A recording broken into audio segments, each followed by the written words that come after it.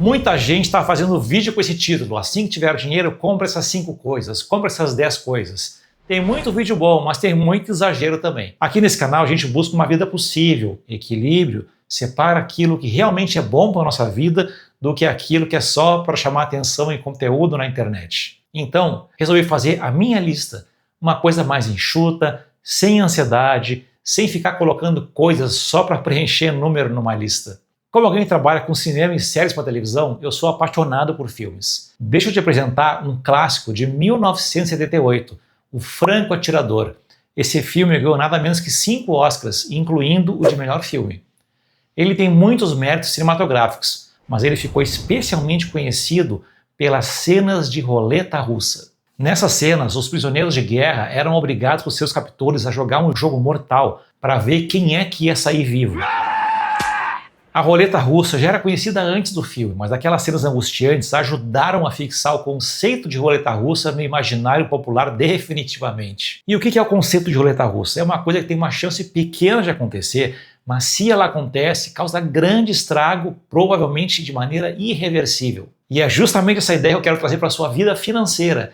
Existem riscos que parecem distantes e improváveis, mas se acontecerem, eles podem destruir rapidamente tudo aquilo que você levou anos para construir. E isso nos leva ao primeiro item da nossa lista, que é: assim que você tiver um pouco de dinheiro, contrate um plano de saúde. Muita gente critica os planos de saúde, que as consultas podem ser rápidas, o atendimento nem sempre é dedicado, e os bons médicos, assim que eles formam uma carteira de clientes, eles rapidamente abandonam o plano de saúde, migrando só para o particular. Parte dessa crítica realmente é legítima, mas quem usa isso para descartar a ideia de ter um plano de saúde está ignorando a sua principal função.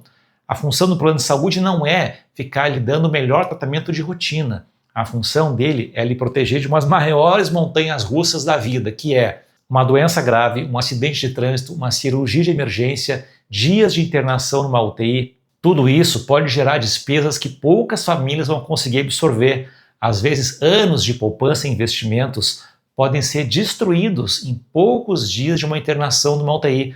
Faça o teste, coloca aí no Google quanto custa uma diária de UTI num hospital particular qualquer. Eu particularmente tenho 2 histórias. Um conhecido que sofreu um acidente de moto muito grave, não tinha plano de saúde e a família inteira teve que se mobilizar para bancar os seus dias de internação na UTI. A outra história foi de uma mãe que queria ter um parto natural em casa, mas aí teve uma complicação e tiveram que ir correndo para o hospital particular.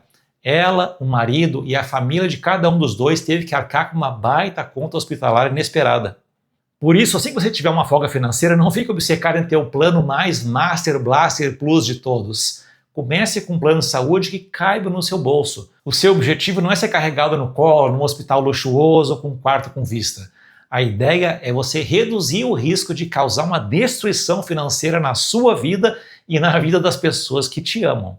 Se mais adiante você tiver mais dinheiro, daí sim você faz uma solução mais equilibrada. Primeiro, você mantém o plano de saúde para despesas inesperadas e internações, e aí, para problemas específicos, você pode procurar médicos particulares. Eu, por exemplo, tenho uma lesão específica nesse ombro aqui, então eu prefiro pagar por um médico particular, se eu posso, para ter um tratamento direcionado para isso, mantendo meu plano de saúde para me proteger dessas eventualidades aí. Veja, uma coisa não exclui a outra. O atendimento especializado e particular me atende em necessidades específicas. Enquanto isso, o plano me protege das roletas russas da vida. E ainda nessa questão de se resguardar na área da saúde, vamos para o item 2 da lista, que é: contrate um seguro de vida adequado. Quando a gente fala de seguro de vida, a maioria das pessoas pensa que a gente está falando dos dependentes, né? Filhos, companheiros, pais financeiramente dependentes. Ah, se acontecer alguma coisa comigo, eu sei que eles estarão protegidos. E é verdade isso. Mas existe um ponto-chave que muita gente não se dá conta.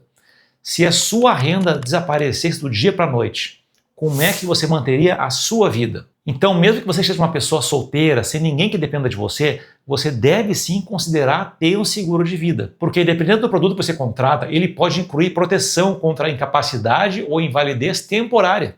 Tive um colega de trabalho que desenvolveu um problema gravíssimo no joelho. Ele trabalha que nem eu, sentado o dia inteiro editando filmes. Só que o problema dele era tão grave que ele não podia nem ficar sentado. Ele passou meses acamado. Felizmente, ele tinha um seguro que cobria esse tipo de situação e recebeu uma indenização pelo tempo que ele ficou sem trabalhar. Até hoje, esse cara conta que aquele seguro que ele pagou durante anos, que achava que era bem inútil, salvou ele da ruína financeira. Por isso o seguro de vida é tão importante, não só para proteger quem você ama, mas porque ele protege a sua capacidade de gerar renda. E falando em blindar você, para que você siga uma pessoa produtiva, vamos para o terceiro item da nossa lista, que é pague uma academia.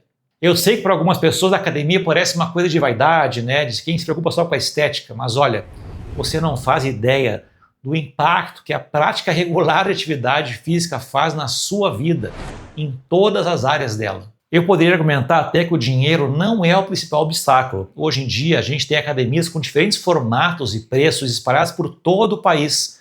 O Brasil, inclusive, é o segundo país no mundo com mais academias, sabia? Só perde para os Estados Unidos. O mais difícil não é pagar mensalidade, o mais difícil é construir o hábito de frequentar a academia.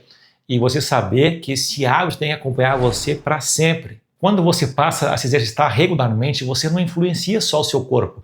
O seu sono é melhor, muda a sua disposição, a sua capacidade de concentração e até como você reage ao estresse e à ansiedade. Não é uma solução mágica para tudo, mas olha, é uma das ferramentas mais simples e acessíveis para cuidar da sua saúde física e mental. Já vi vários conteúdos dizendo que você tem que comprar o colchão caríssimo para dormir melhor, ou então de suplementos para gerenciar o seu humor e aplicativos para você aprender a lidar com estresse.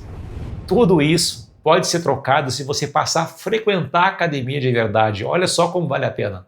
E pensa comigo, tem gente que troca de telefone a cada 1 ano, 2, ou de carro a cada 3, 4 anos.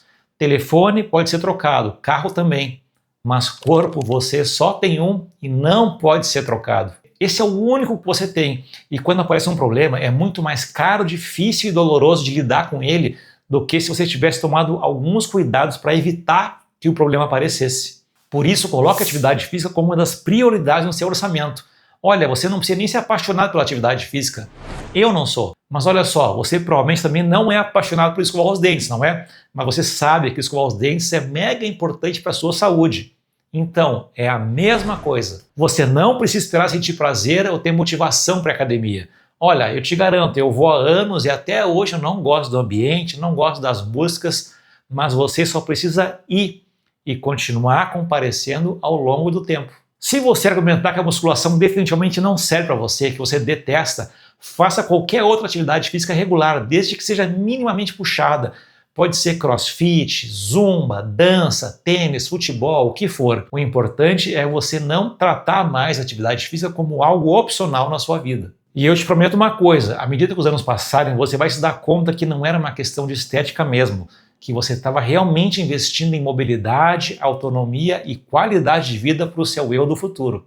E falando em futuro, vamos para o próximo item da lista, que é invista parte do dinheiro que esteja lhe sobrando. De maneira simplificada, no tocante a dinheiro, a gente pode dividir as pessoas em 3 níveis. O primeiro nível é aquela pessoa que gasta tudo que ganha, ou pior ainda, que gasta e ainda acumula dívidas. E infelizmente essa é a realidade de muitos brasileiros. Cerca de 80% das famílias brasileiras estão de alguma forma endividadas. O segundo estágio é a pessoa que ganha e gasta, mas não gasta tudo. Ela consegue guardar uma parte do que recebeu.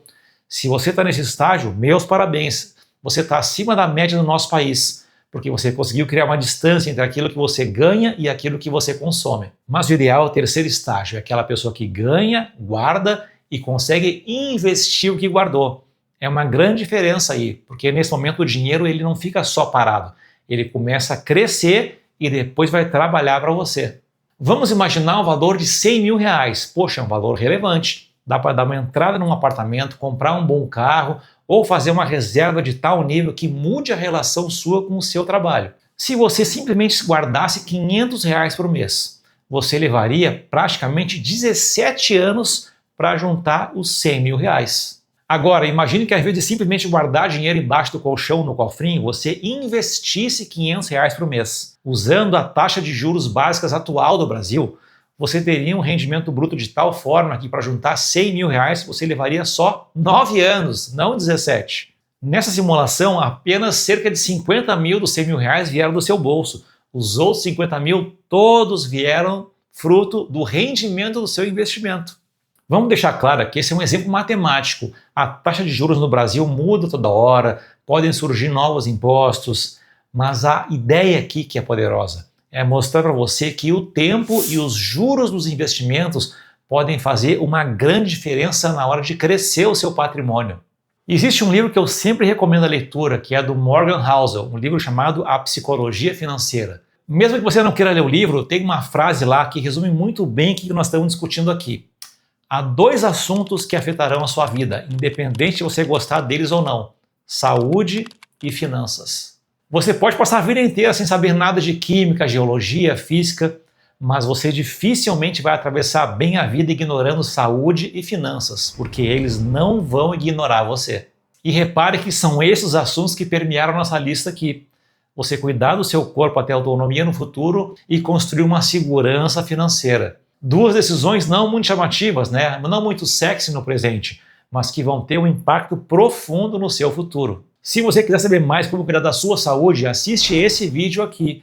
Ele vai te dar um caminho sem radicalismos, sem mudar quem você é. E se você curtiu esse formato, deixa o seu like e se inscreve aqui no canal, porque isso me ajuda a continuar produzindo mais conteúdo como esse.